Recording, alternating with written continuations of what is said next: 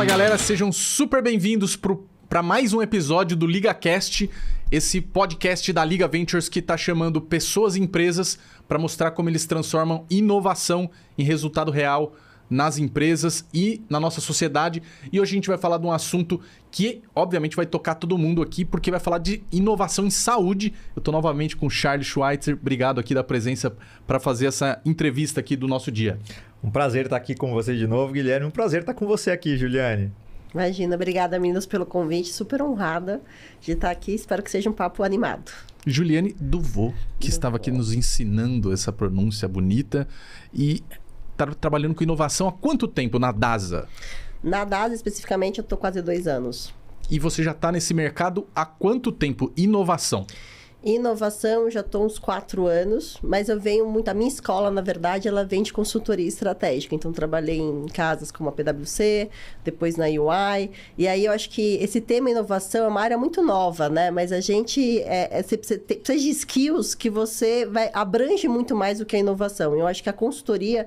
ela me deu muito esse framework de conseguir fazer esse zoom out e o zoom in do problema, né? Que é o famoso mapeamento do problema que a gente tem. Então, acho que aqui eu considero que foi minha grande escola. Que demais. Hoje a gente vai acabar falando de muitos assuntos, mas já vou pegar esse gancho seu, né? O Charles tem falado aqui seguidamente no podcast de que ninguém se forma para o time de inovação ainda e ninguém se aposentou em áreas de inovação.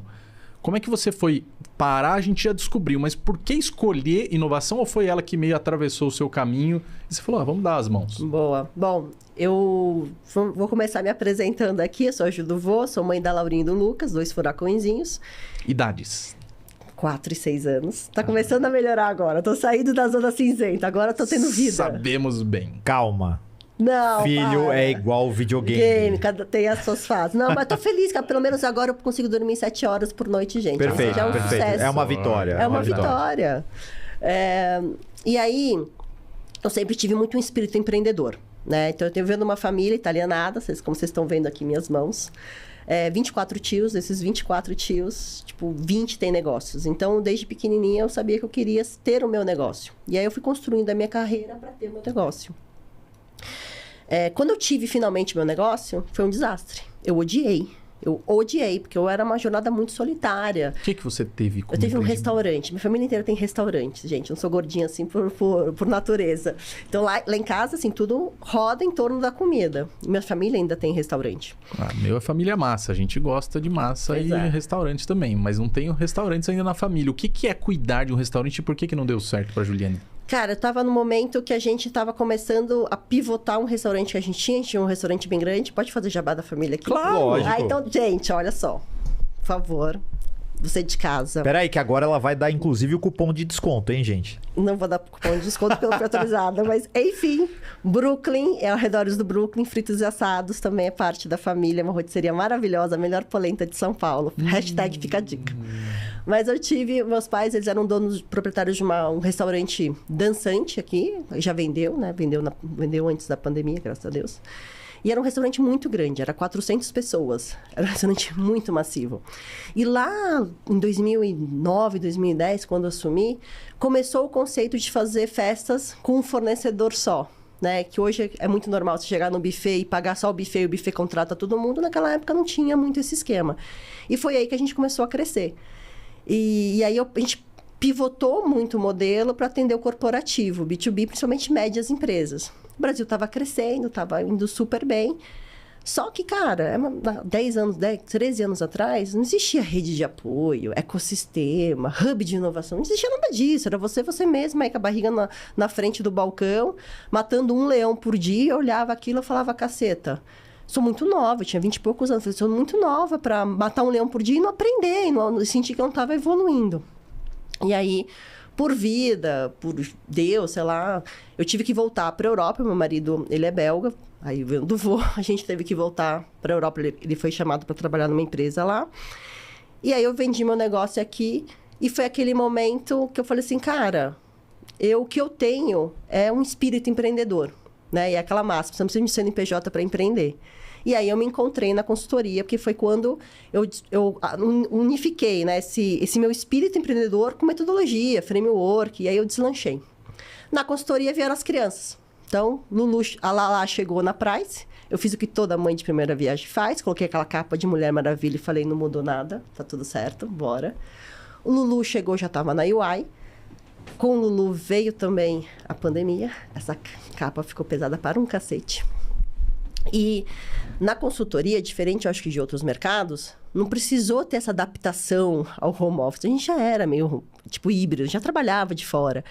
Então, cara, eu me vi com um bebê de 1 ano, uma outra bebê de 2, no meio da pandemia, sem rede de apoio, trabalhando em 3 projetos ao mesmo tempo.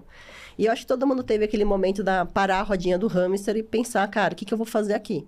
Eu já era gerente executiva, meu próximo passo era construir meu case para ser sócia. Eu olhava para cima e falava, cara, não quero isso, não é o modelo de maternidade que eu quero, não é essa vida que eu quero para mim, não estava me encontrando mais. E aí foi o momento que eu saí, né? Teve uma reestruturação na empresa, então eu acabei saindo. E aí eu falei, vou tirar um sabático. Vou tirar um sabático, vou respirar. Primeiro mês foi ótimo, zerei todo o Netflix que eu tinha na época. Segundo mês, reformei metade da casa.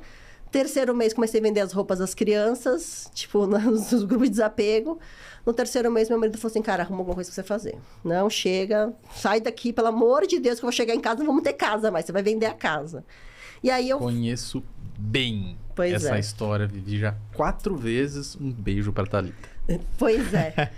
E aí, na época, pela UI, eu já era mentora da B2Mami, que é uma aceleradora de startups, da Junco, uma fofa. E eu mandei uma mensagem pra ela, falei, cara, arruma umas startups pra eu mentorar, porque eu tô aqui, não sei, tô meio perdida. Ela falou, não, vem aqui trabalhar comigo. E aí eu fui trabalhar na B2Mami com ela, para ajudar ela a repensar a estratégia da B2Mami. Eles tinham acabado de receber um aporte. E aí foi quando eu cheguei no universo que eu falei, uau, tem um outro mundo. Tem um outro mundo. E aí eu sempre ficava naquela, putz, não quero ser mais empreendedora, porque não tenho estômago, putz, não é isso que eu quero. Mas também voltar pro corporativo, aquele elefante, né? Que preguiça, né? Voltar... Quer dizer, você viveu aspectos muito diferentes, que era um empreendedorismo, digamos assim, mais raiz, mais ali da coisa offline, pegou a consultoria estratégica que atende grandes negócios e, de repente, descobriu o mundo das startups ali. E aí eu falei, cara... Aí eu conheci a área de inovação aberta. Eu falei, fechou. Maravilha, porque esses dois mundos são muito... Tem um time, um pace muito diferente. Precisa ter um tradutor desses dois mundos. Cara, e se não tiver uma área... E eu acredito muito nessa tese, né? Que as grandes corporações, elas não vão conseguir inovar na mesma velocidade que as startups. Isso é fato. E não tem que... Porque a gente tem uma série de salvaguardas, uma série de salvaguardas, uma série de promenores, né? São empresas, tudo demora muito, né? Marcar uma reunião, gente, são 4 semanas para marcar uma reunião para decidir se vai ou não seguir nessa pauta. Tipo assim, cara, uau! E eu falei, a Juliane casada com belga é boa em traduzir o que no ambiente corporativo? Cara, eu sou boa em fazer leituras de alinhamentos de interesse. No final do dia, eu acho que o nosso grande papel aqui é alinhar os interesses de todo mundo. Todo mundo tem uma agenda. Isso não é ruim. Não é ruim. Todo mundo tem uma agenda. Às vezes essa agenda está escrita, né? Tá lá nos KPIs da área. Às vezes essa agenda não está escrita. Às vezes é o interesse do CPF. Tem que tirar o crachá e ver o CPF daquela pessoa. Alinhando o interesse de todo mundo, o projeto sai. Mas todo mundo, numa negociação, tem que ser win-win. Todo mundo tem que ganhar. E a gente nada mais a nossa habilidade é de negociador. É entender no projeto que cada área vai ganhar, porque se cada área ganhar algo, ela vai dar importância para aquele projeto. Agora, se eu não ganho nada, se eu ganho mais trabalho, meu amigo, eu vou falar para você que eu vou fazer essa birosca, eu vou falar para o meu VP que eu vou fazer, mas na prática, vou falar, cara, foda-se, não vou fazer porra nenhuma. E aí a gente fica secando gelo aqui como área de inovação. Então, esse alinhamento de interesses, ele é muito importante para a gente seguir com os projetos.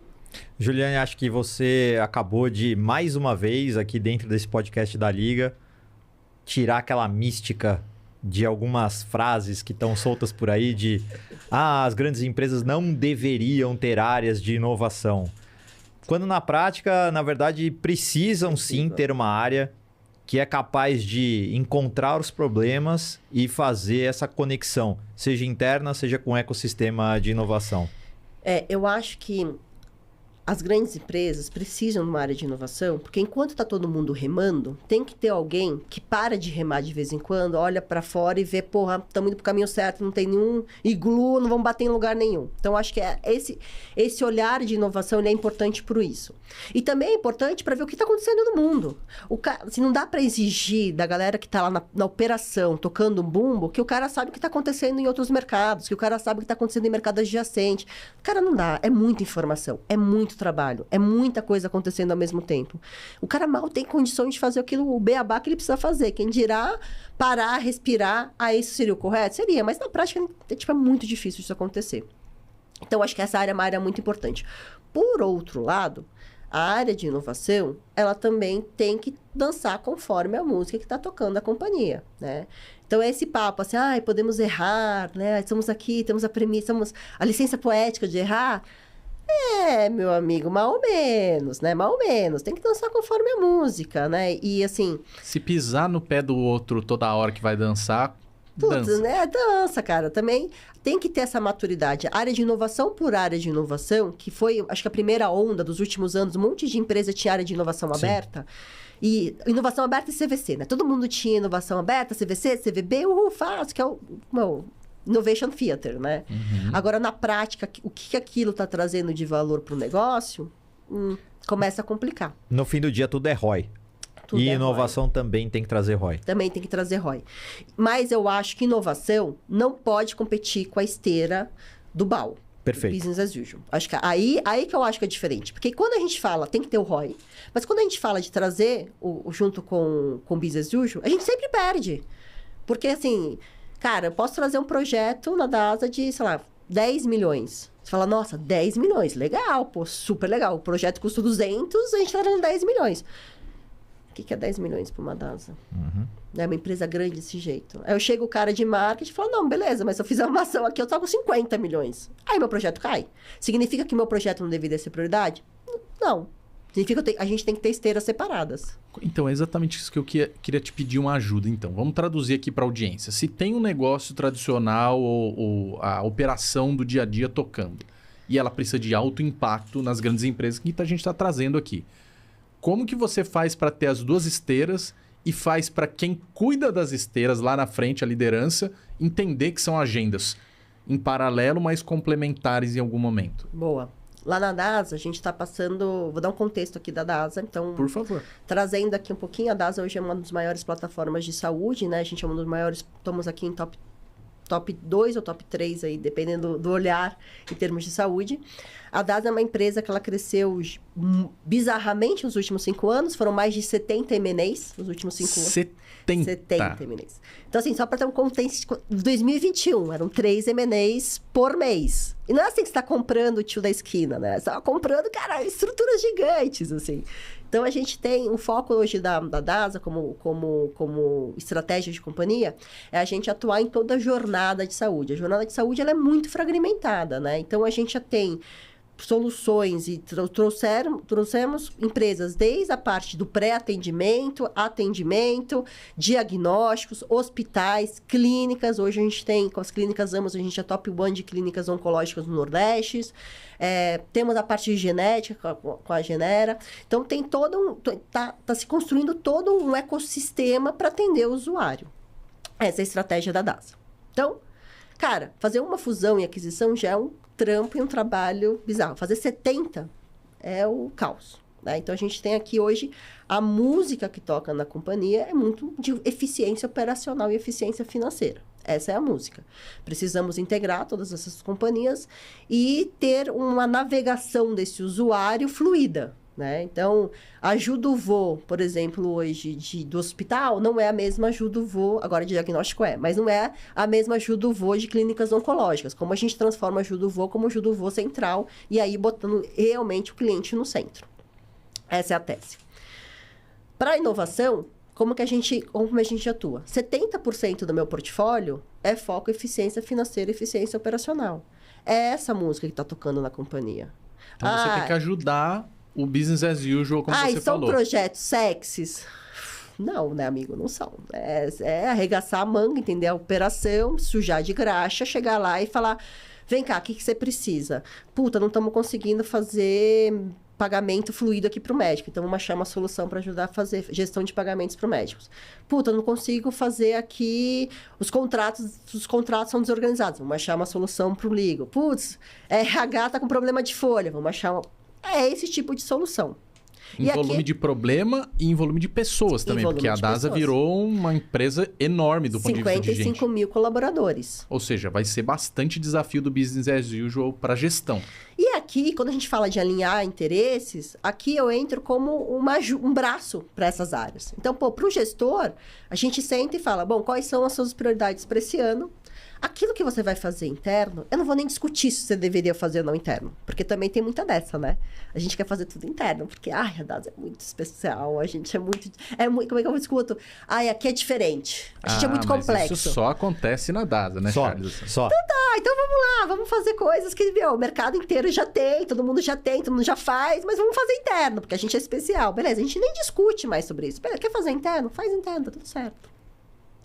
Agora, aquilo que você tem que entregar esse ano, e você não vai conseguir fazer interno, me dá.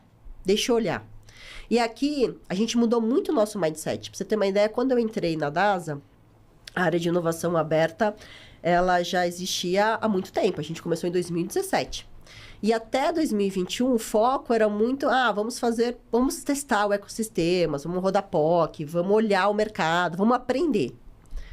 Demorou um tempão pra gente aprender. E isso pra gente foi uma fase boa, porque a gente amadureceu como companhia. Hoje eu não tenho que explicar o que é uma startup. Hoje a gente já tem uma esteira rodando de contratação de startup, já tem pagamento diferenciado para startup. Hoje esse começo, né, da vida de inovação aberta já está resolvido. Mas a gente fazia mais de 60 POCs por ano e não escalava, tipo, 1, 2 no máximo. Quando a gente entrou, a gente falou assim, não, temos que mudar esse mindset. Então, isso foi uma mudança muito de quem nós somos no mundo, né? Então, para você ter uma ideia, a gente tinha uma área de 8 pessoas, foram 8 pessoas trocadas. Mudou o mindset. Não era mais um mindset de inovação, era um mindset de negócio agora.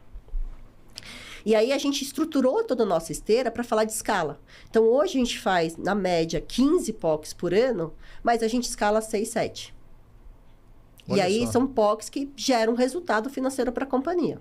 Então, ali foi uma mudança de entender o impacto que vocês queriam ajudar lá no negócio, que é o ROI, que você estava comentando, e ao mesmo tempo fazia sentido também atender essas áreas para também ganhar um espaço para fazer as coisas mais sexy?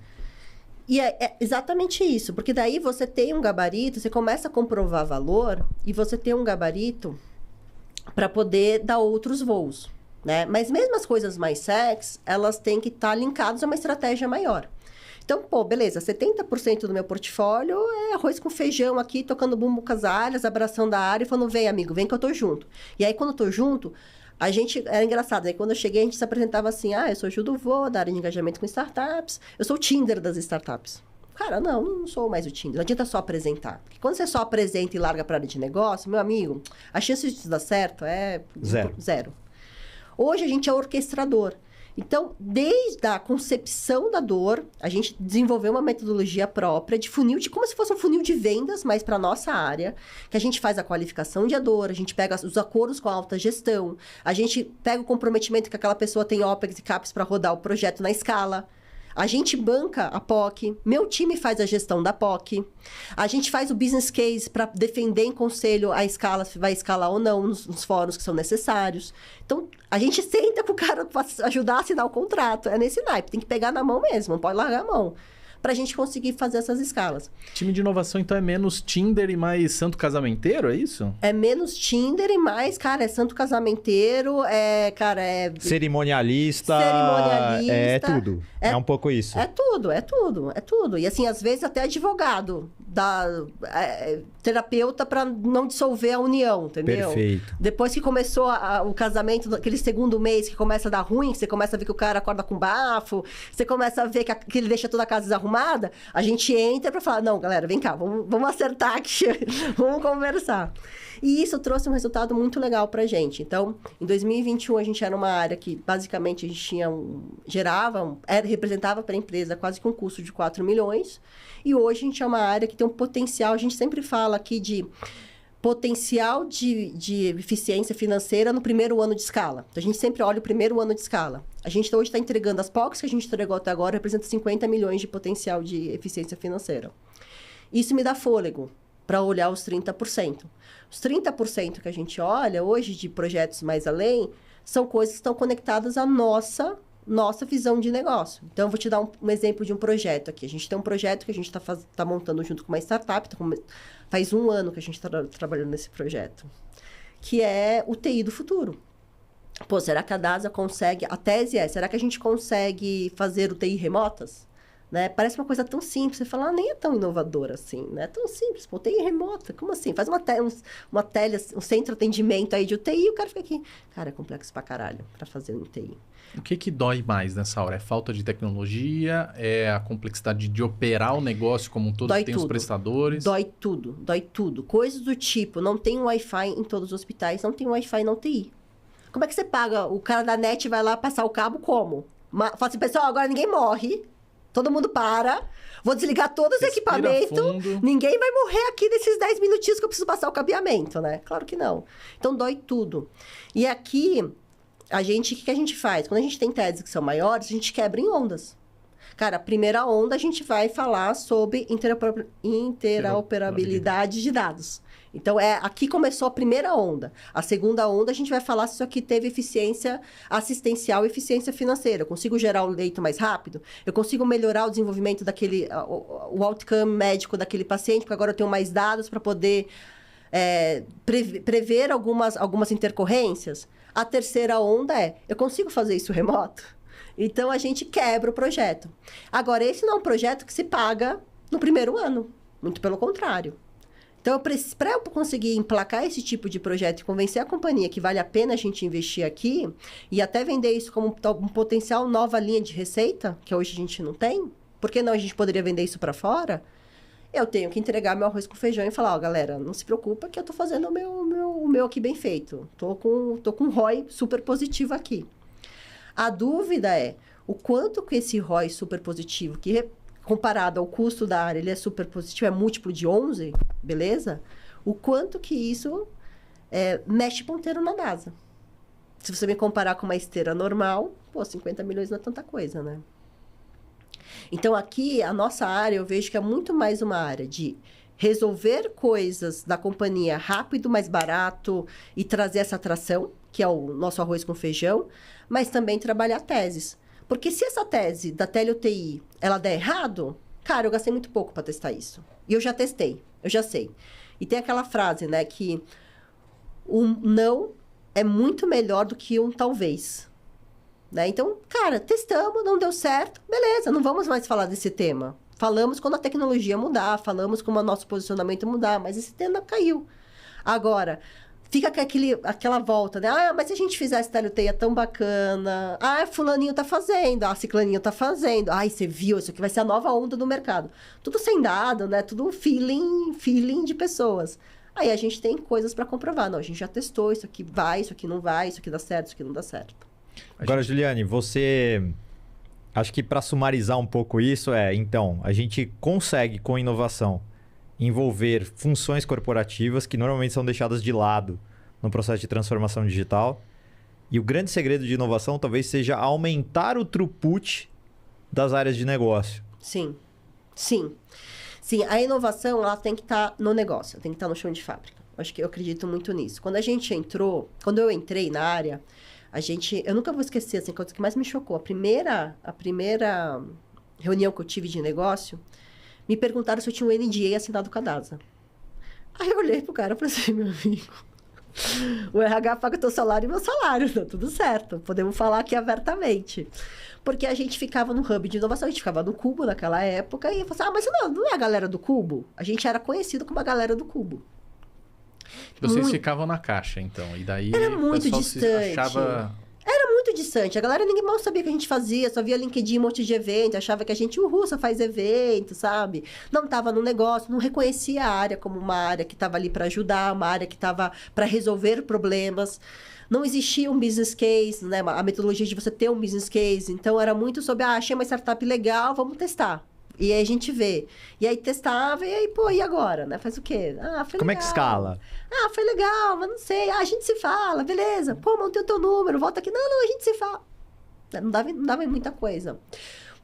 E esse, assim, eu acho que é bom separar o momento da companhia. Porque esse momento que a gente viveu de testar e de não ter muita certeza, ele é relevante, ele é importante. Porque trouxe para a DAS um amadurecimento de como trabalhar no ecossistema. Porque nós, como corporações, nós somos bastante arrogantes, né? A gente acha que eu sou a DASA.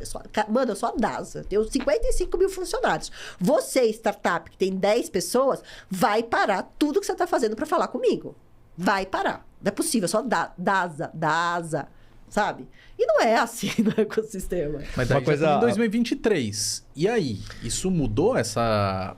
Porque de alguma maneira você está tocando sobre as áreas se sentirem mais próximas ou proprietárias dessa agenda de inovação e, somado a isso, elas abrirem mão dessa arrogância corporativa. Mudou. 23. O que foram os, sei lá, os ingredientes aí, já que você vem do mundo da... Mudou bastante. Por quê? Porque a gente começou a tocar esse jogo. Então, por exemplo, algumas premissas... Dentro daquela nossa metodologia, a gente tem algumas premissas. Por exemplo, a gente não faz POC de graça. Não é fair. Primeiro que não é fair. Não é fair com a startup. Ninguém aqui trabalha de graça, porque a gente pede para os caras trabalhar. Ah, mas eu sou a DASA. Meu amigo, então tá, você é a DASA, então você faz esse projeto de graça para mim? Não. Então, que pena, né? Então, a gente começou a colocar esse pace nas pessoas, né?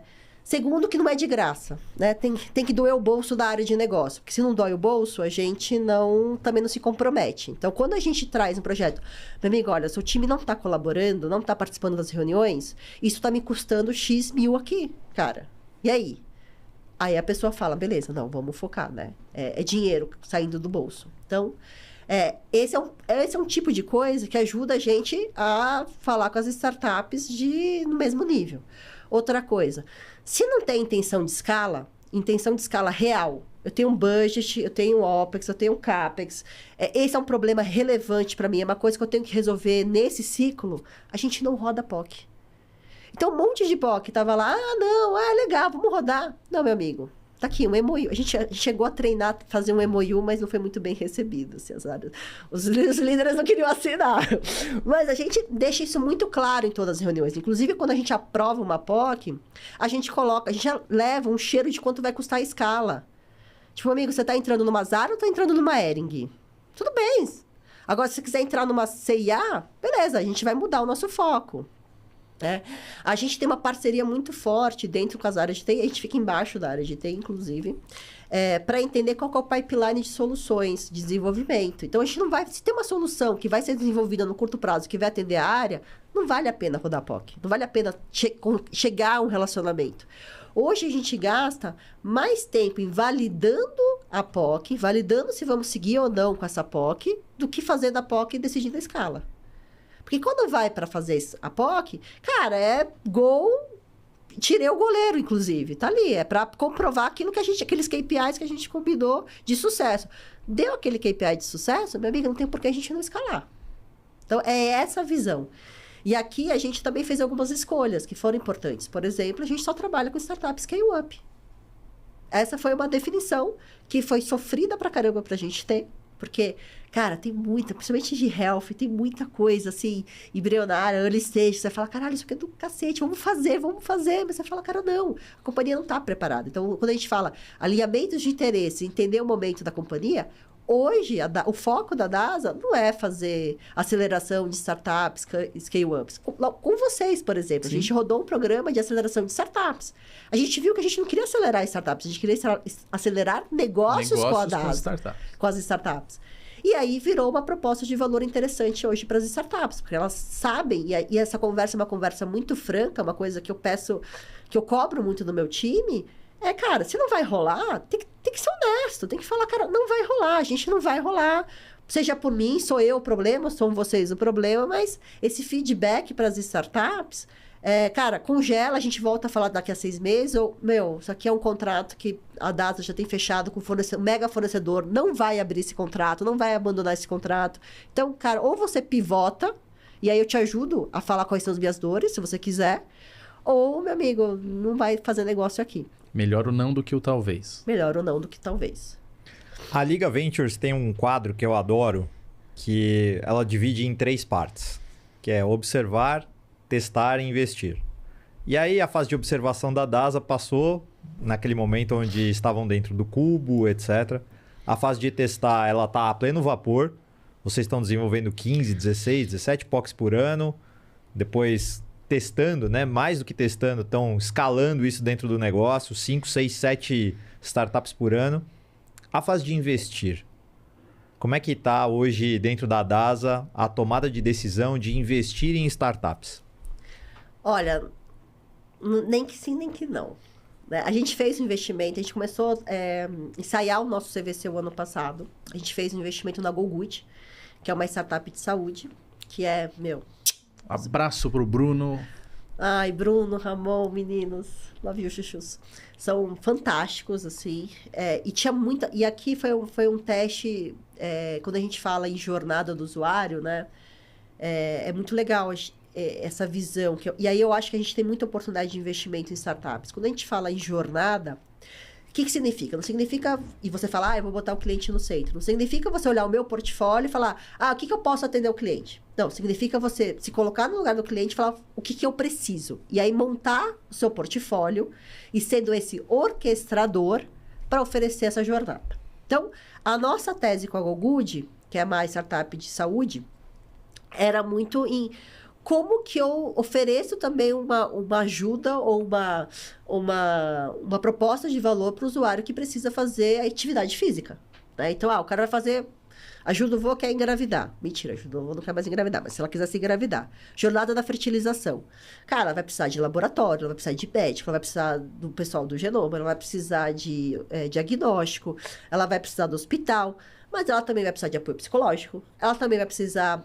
Se ela for fazer um tratamento, ela vai precisar fazer atividade física, porque é bomba de hormônio, ela vai precisar preparar o corpo dela para isso. Vai tomar medicamentos. Ela vai tomar medicamentos. Ela vai precisar ter apoio durante essa jornada. A gente está escalando a Bloom, por exemplo, cuidando com foco em jornada da gestante. Então, como que a gente cria um ecossistema para plugar esses parceiros, né? E aqui a gente tem uma oportunidade muito grande com as startups. Então... Esse olhar de investimento, ele existe muito com foco em como a gente complementa a nossa cesta de serviço. Porém, o momento que a gente está no mercado é um momento duro. Muito duro na saúde, né? A saúde, para mim, é o que me desafia, me motiva, mas também é o que me tira o sono.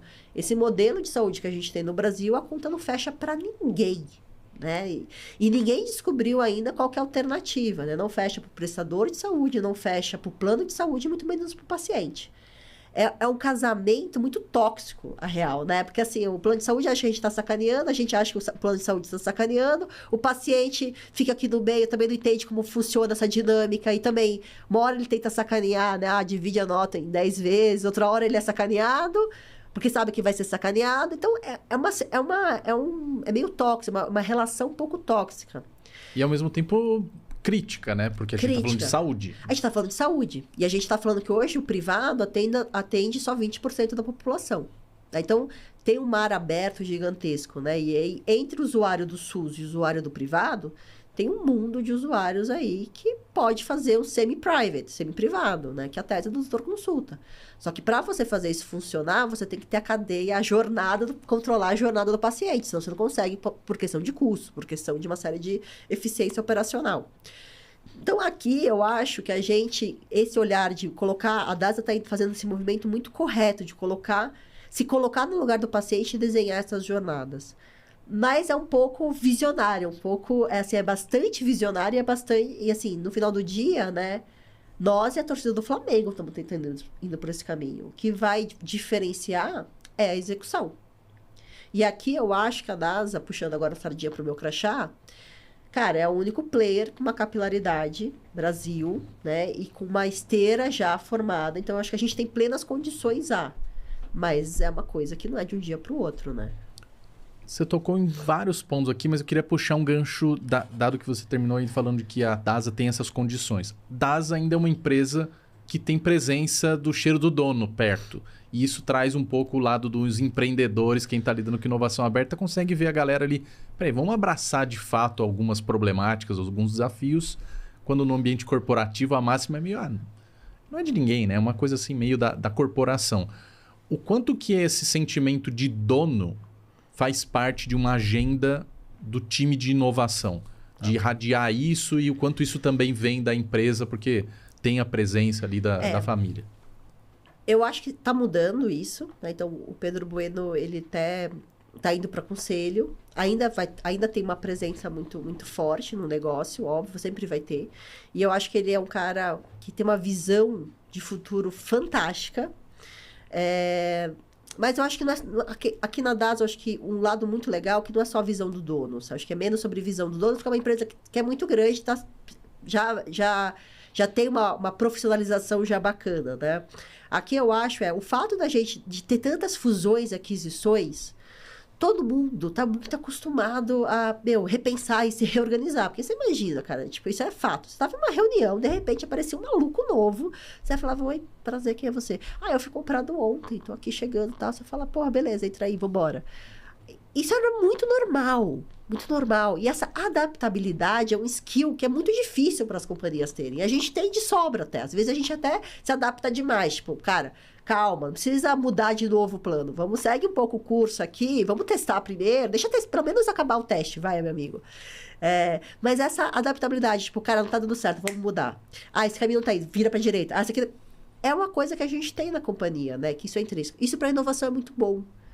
Porque a gente consegue trazer ideias e ser ouvidos, né?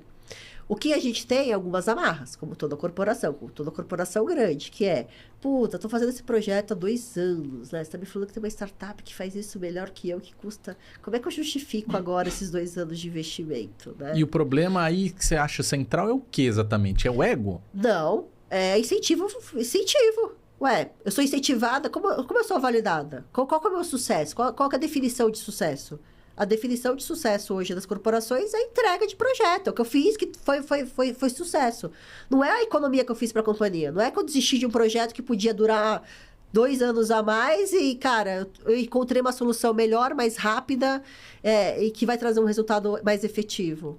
Então, assim, esses incentivos, eles têm que estar alinhados. Enquanto esses incentivos não estão alinhados, é muito difícil você virar pro cara e falar, cara, olha só, você vai ter que falar pro seu chefe que esse projeto que você tá batendo aqui há 2 anos, que você tá querendo levar e vai fazer, não vai. Você vai desistir. O cara fala, te fudendo. Cara, acabei de comprar uma casa. Pelo amor de Deus, não posso ser mandado embora agora. Então, a gente valoriza o sucesso, a gente não valoriza o fracasso, né? A gente não valoriza o melhor outcome. Acho que não é nem valorizar o fracasso, a gente não valoriza o melhor outcome para aquela situação. E isso, as companhias não estão preparadas para essa conversa. Muitas áreas não estão preparadas mesmo para essa conversa. É o time da AK21, e aí mandar um abraço aqui pro CFC, grande amigo aqui. Ele fala o seguinte, KPIs moldam comportamentos. E aí... Tudo bem, eu acho que isso é muito presente ainda dentro das grandes corporações, mas você falou de um traço cultural da DASA que é muito positivo, que é essa adaptabilidade. O que mais a gente tem ali como chão fértil dentro da DASA para fazer com que a inovação funcione dentro da organização? Cara, eu acho que assim, é um mar de problemas. Onde tem problema, tem espaço para inovação. Onde tem problema, tem oportunidade, gente. Assim, tem muita fusão e aquisição, todas as áreas têm muitas dores muito latentes. Então, assim, cara, pra gente trazer inovação aqui é um mercado que está muito em transformação, né? E que ninguém sabe direito para onde o mercado está indo. Então, ter uma área que se propõe a fazer alguns testes para te dar mais confiança, e muitas vezes a POC cara, o diretor tem uma ideia fixa. Cara, vou para esse lado. Vem testar, deixa eu testar, vamos testar, ver se isso vai virar mesmo, da forma como você tá achando. Cara, para ele falar, maravilha, vamos testar, tô aqui, vocês estão me ajudando, e é uma boa justificativa pro board. Estou testando antes de fazer alguma M muito grande. Cara, então assim, acho que a gente tá num ecossistema que as pessoas são muito abertas, as pessoas são muito apaixonadas por aquilo que elas fazem. Isso é verdade. Na NASA a gente tem apesar da nossa cultura como companhia, como DASA, está sendo moldada, ela é muito recente, né? Começou acho que em 2021. A gente tem uma cultura única de ser uma só DASA. Antes era, eu sou a marca tal, eu sou a marca tal. As pessoas se apresentavam assim, eu sou Juliane da marca do Alta. Tipo, não, você é da DASA, amiga. Somos uma só NASA. Então, hoje, acho que a gente tem essa cultura mais explícita, né? As pessoas são muito apaixonadas por aquela fase. Porque, no final do dia, a gente mexe com pessoas, sabe? E aí, cara, você tá fazendo uma POC, você tá fazendo um projeto lá, a gente vira e fala assim, porra, mas isso aqui vai diminuir o tempo de atendimento só em 5 minutos, cara. Só em 5 minutos. Pô, não vou fazer isso aí, não. Aí a pessoa fala, não, mas peraí, se for um infarto, 5 minutos, a diferença entre o seu pai virar um vegetal ou ele sair bem do hospital.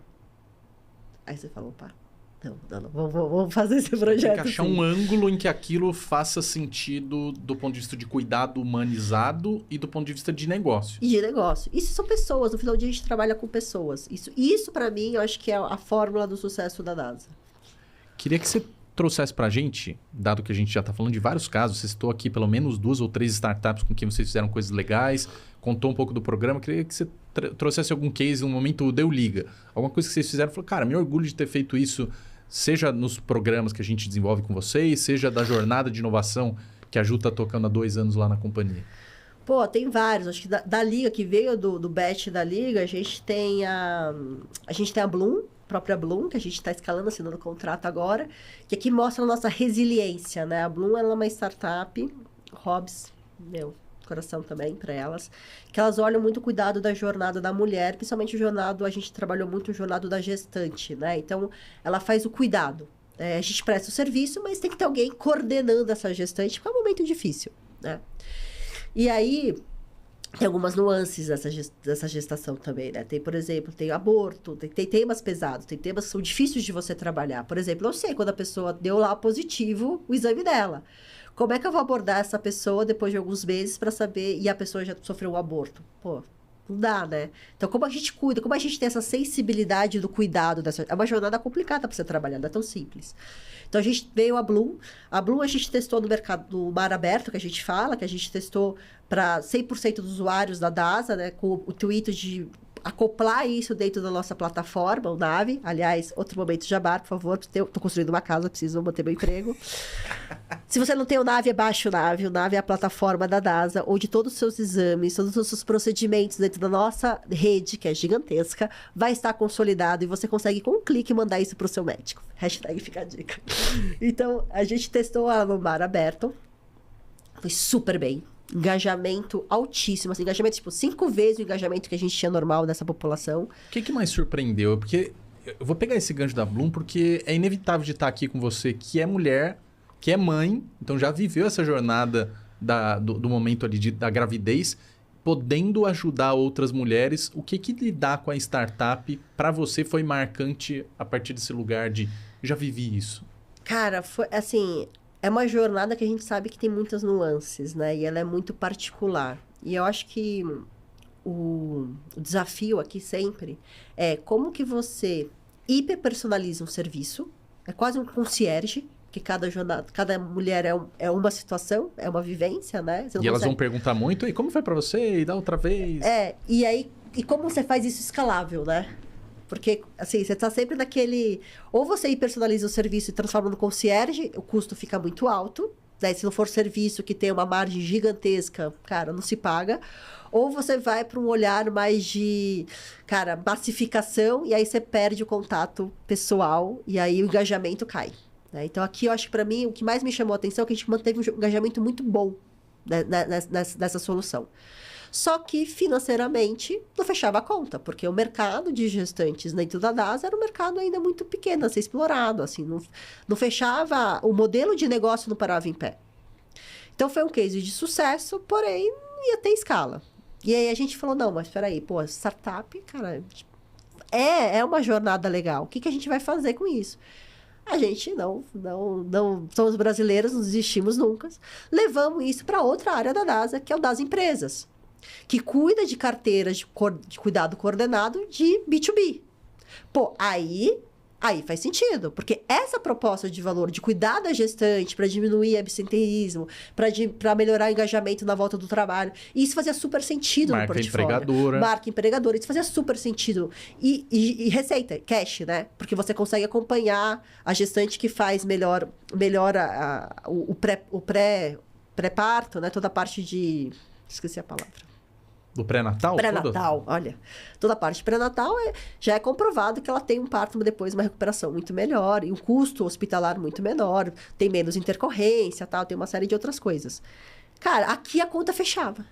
A gente rodou uma nova POC, só para a área tá confortável, porque a gente falou assim, cara, eu testei no pior mercado, que é o mar aberto. Aqui o meu engajamento vai ser maior. Realmente, o engajamento foi muito maior. A área de negócio falou, chuchu, adorei, vamos seguir. E aí a gente, depois de muita discussão, depois de muito ajuste fino, estamos assinando o contrato com eles. Então, esse caso foi um caso super legal. A gente teve a Rubox também, que é uma outra startup que veio da esteira da Liga, que a gente ganhou, inclusive, um prêmio de inovação no Santa Paula, que era fazer uma coisa que era, cara, muito besta, mas era... que não tem besta no mercado de inovação, que era a gestão de pedidos à beira-leito. Você está lá no leito, né? Você precisa de uma água. O que você faz? Você aperta um botão, vem a enfermeira. A enfermeira fala, o que você quer? Quero água. Aí a enfermeira vai lá e avisa a copa. Eu quero o meu vaso entupiu. Você aperta o botão, vem a enfermeira. Então era isso, gestão de pedidos. E aí eles fizeram desenhou toda a jornada, fizeram um aplicativo lá, que a pessoa conseguia fazer a gestão do pedido.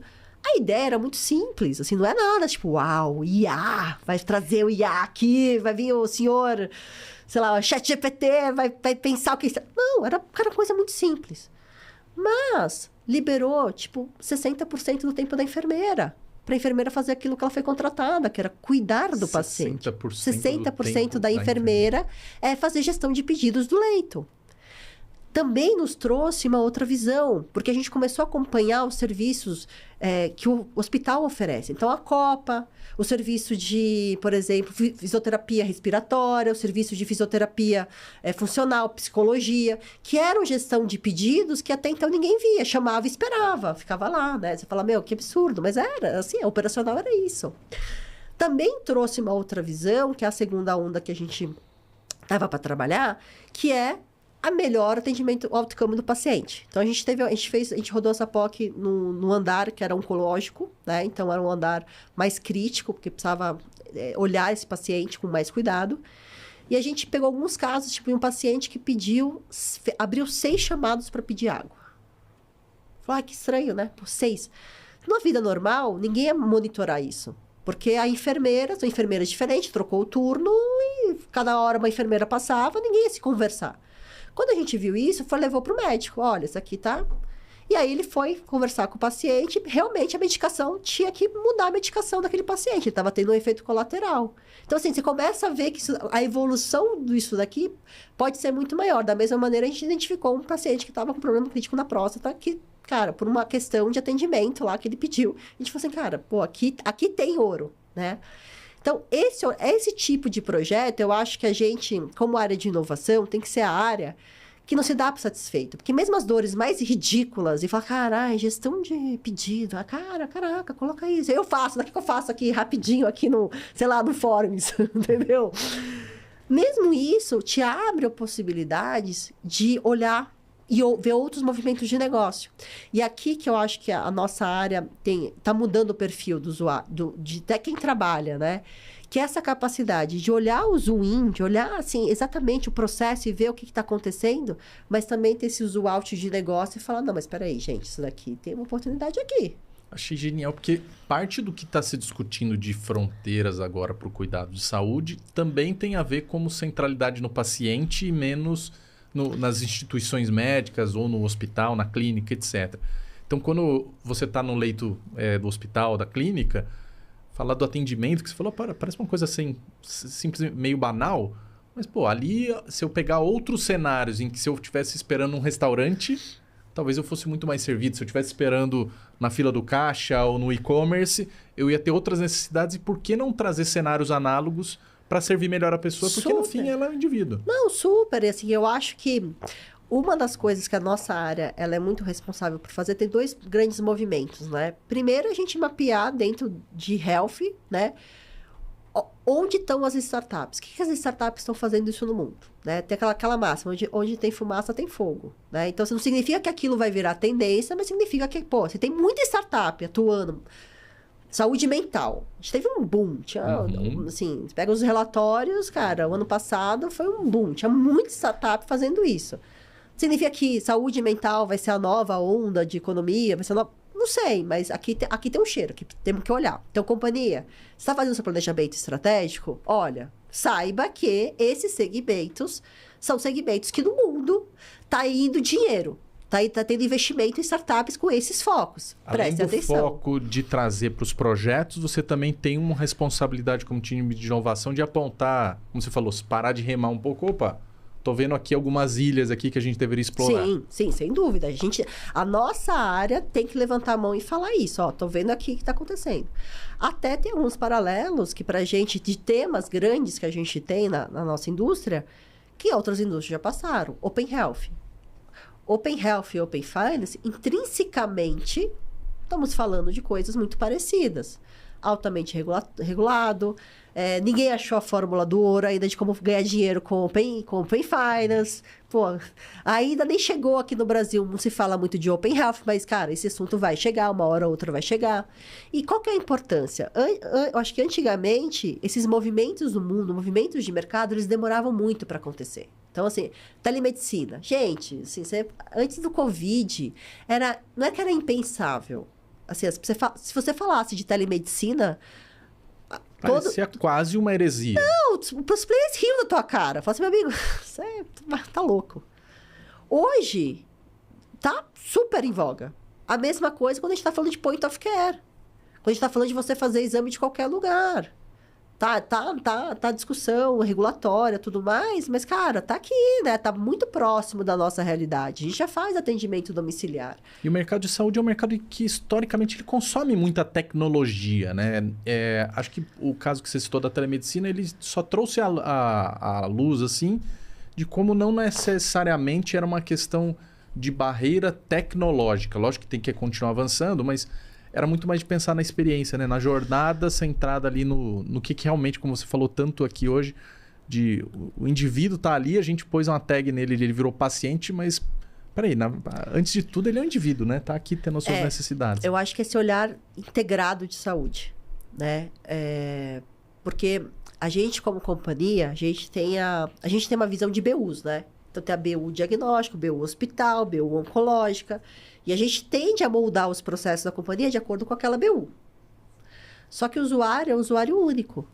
Né? Então, a Juduvô, ela pode ser uma paciente cardíaca, pode ser uma paciente oncológica e, muito provavelmente, ela vai ter algum problema de hipertensão, diabetes, alguma coisa desse tipo. Eu não posso ter 5 comunicações com a Juduvô. A Juduvô tem que ser única. E o meu tratamento oncológico, ele vai impactar meu tratamento cardíaco, que vai impactar a minha assim, é a mesma Juduvô, é o mesmo indivíduo. E que vai impactar a performance dela no trabalho, porque tem uma parte do negócio que é B2B, que atende Então, empresa. como que a gente olha para esse usuário, para esse paciente de forma integrada? Né? Sabendo que tem times especialistas distintos, situações distintas, e sabendo que muitas vezes a Juduvô, ela não pertence ao ecossistema da DASA. Ora, ela está na DASA, ela está nos concorrentes, que eu não tenho acesso à informação. Então, assim, é um cenário complexo. É um cenário bastante complexo você fazer isso. Hoje, nós aqui, né? Você vai no médico. Pô, o médico pede uma caralhada de exames. É essa a cultura do Brasil. Precisa todos esses exames? Pô, acabei de fazer exame. Faz 3 meses que eu fiz exame. Talvez... Ele nem pergunta. Você já fez esses exames há pouco tempo? Nem pergunta isso. Ele vai lá e passa o check-up. Porque é normal, é comportamental. E nós, como pacientes, às vezes vão até achar que é um descuido não pedir novos. Exatamente. É uma cultura. Bom, gente, desculpa. Assim, eu acho um absurdo o hospital ter concierge. Tipo, você escolher o cardápio que você vai comer. Cara, o hospital para você ir lá não é hotel. Você quer hotel? Vai pro resort. Né? Mas hoje a gente paga esse excedente que a gente paga, porque a saúde é tão cara. Cara, porque a gente não foca na saúde, a gente foca em experiências muito adversas ao paciente, à saúde, né? Isso custa. Alguém vai ter que pagar essa conta. Ô Ju, agora... que a gente está se encaminhando para o final aqui, eu adorei você puxar o assunto do regulador e também de puxar o assunto de cross-industry. Então, a gente acabou falando um pouquinho, superficialmente aqui, de Open Finance e Open Health. Então, quando a gente olha para o modelo de Open Finance, tem um regulador que inspira um pouco o regulador aqui do Brasil, que é o regulador financeiro da Irlanda. Ele é o regulador que propõe as coisas. E, de uma certa forma, o regulador financeiro aqui no Brasil também propõe. A gente talvez não tivesse Pix hoje se não fosse pelo regulador aqui no Brasil. Qual é a indústria ou qual é o mercado no mundo que pode fazer com que o modelo de negócios de saúde volte a parar de pé aqui no país? Cara, se eu conseguir responder essa pergunta, Tem alguém que se aproxima? Eu assumo, cara, eu cresço na minha carreira, vou ser presidente.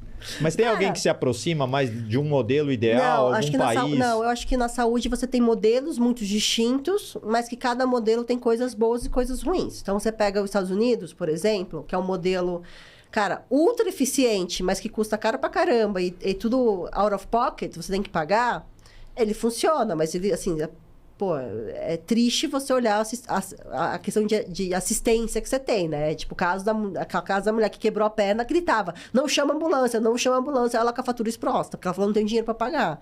Então, isso é inaceitável do ponto de vista ético e moral para mim, né? Agora, gente, eu vou tirar o meu crachá, vou falar CPF e Juduvô, tá? Isso não tô falando o nome da NASA, mas enfim.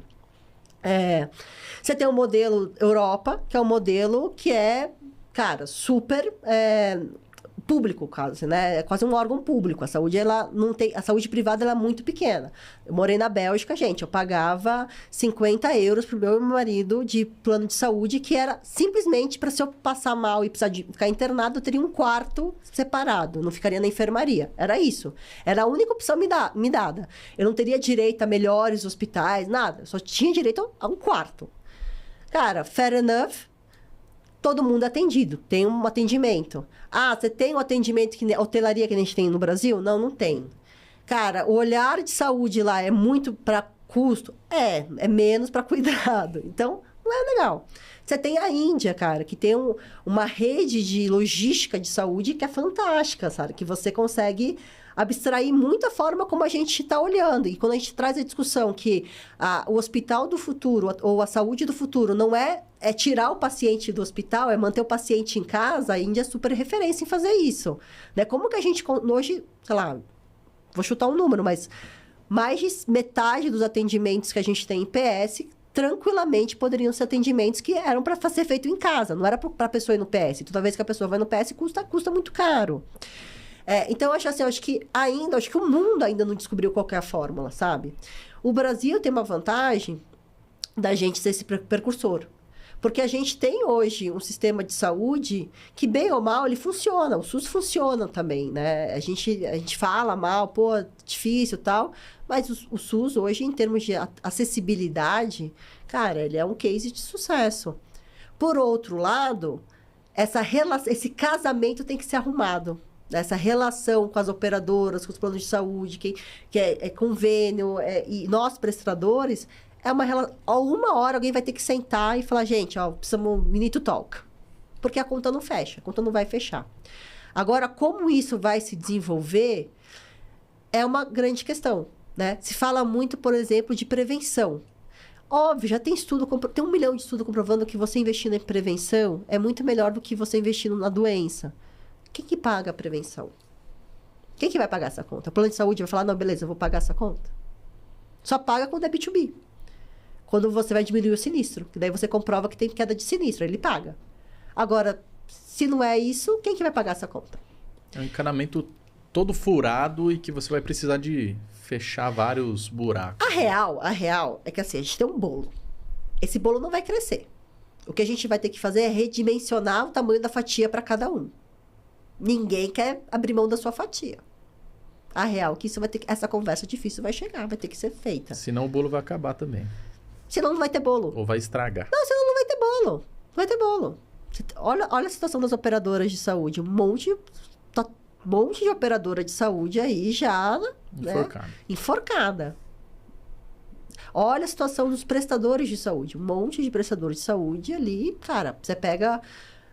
os relatórios públicos que a gente tem, nossos concorrentes, cara, o mercado tá um mercado difícil. E é um mercado que tá virando commodity. Tá commoditizando, né? Com margem muito apertada.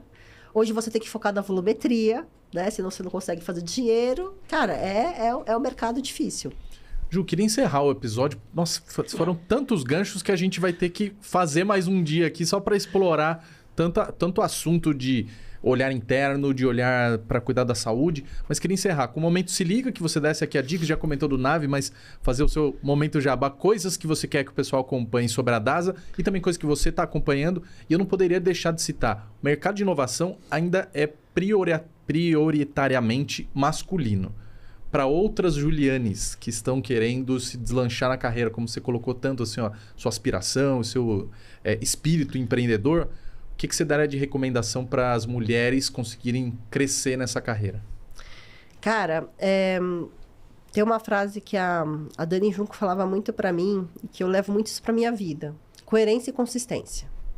Coerência e consistência. Coerência e consistência. Uma hora o resultado vem. Então, acho que entender quem você é no mundo, né? E apagar tudo que é ruído, né, e ter essa coerência e consistência e tocar o seu bumbo, né, e levar, uma hora a sorte aparece. Então, eu acho que essa é a minha visão de vida, né? A gente demora, não é uma coisa fácil. A gente está no mercado, não só inovação, mas em vários segmentos que é muito masculinizado.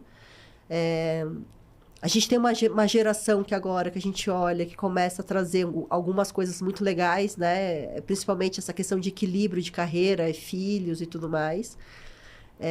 Bom, a redação do Enem, né? Sim, tá ali. Então, assim, isso é super legal a gente trazer essa pauta. A gente está num processo de mudança da sociedade, né? Hoje, ter uma babá full-time também está quase ficando proibitivo. Ter empregado em casa é quase proibitivo. Está todo mundo com diarista, né? Porque não dá conta, porque não fecha a conta. É certíssimo isso fazer. Nesse cenário, os homens também têm que step in, né? Porque senão não tem vida, não vai. Então, eu acho que a gente está num momento de mudança. Cabe nós, mulheres, também ocuparmos esses espaços, né? E falar... Meu amigo, o jogo mudou, agora vamos jogar junto.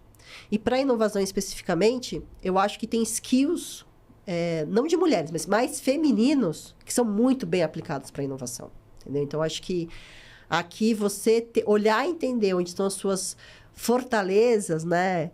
E trabalhar as suas fraquezas, mas assim, eu brinco, né, que a minha fortaleza também é a minha fraqueza, que eu sou super franca. Às vezes tem reunião que o cara sai meio torto, eu falo assim, você ainda tá viajando. Pô, eu tenho que me adequar. Então, assim, você entender quem é você no mundo te ajuda bastante. Qual que era outra pergunta? Me perdi.